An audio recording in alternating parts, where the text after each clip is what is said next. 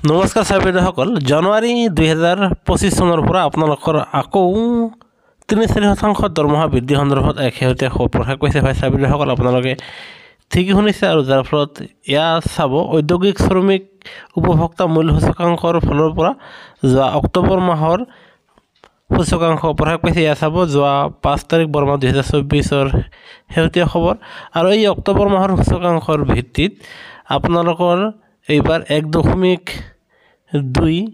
আপোনাৰ পইণ্ট বৃদ্ধি হৈ 144.5 হৈছেগৈ। হয় চাৰ্ভেদাৰসকল, আপোনালোকে জানে আৰু এই অল ইণ্ডিয়া কনজিউমাৰ প্ৰাইচ ইণ্ডেক্সৰ শেহতীয়া সূচকাংকৰ ভিত্তিত আপোনালোকৰ পৰৱৰ্তী মুৰ্গী বনাছ বৃদ্ধি হয় আৰু যিটো আমি এয়া চাব দিয়ে বৃদ্ধি কৰা কেলকুলেটৰত আমি যেতিয়া বহাইছোঁ, এয়া চাব অক্টোবৰ মাহত তেতিয়া কিমান হৈছে 55। তাৰমানে আজিৰ তাৰিখত আপোনালোকৰ 2% মুৰ্গী বনাছ বৃদ্ধি হৈছে আৰু এয়া চাব নৱেম্বৰ আৰু ডিচেম্বৰ এই 2 মাহৰ সূচকাংক প্ৰকাশ পাবলৈ বাকী।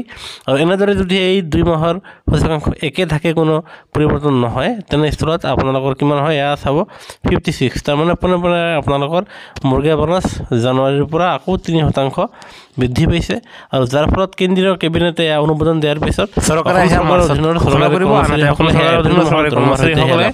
এপ্ৰিলত আপোনালোকে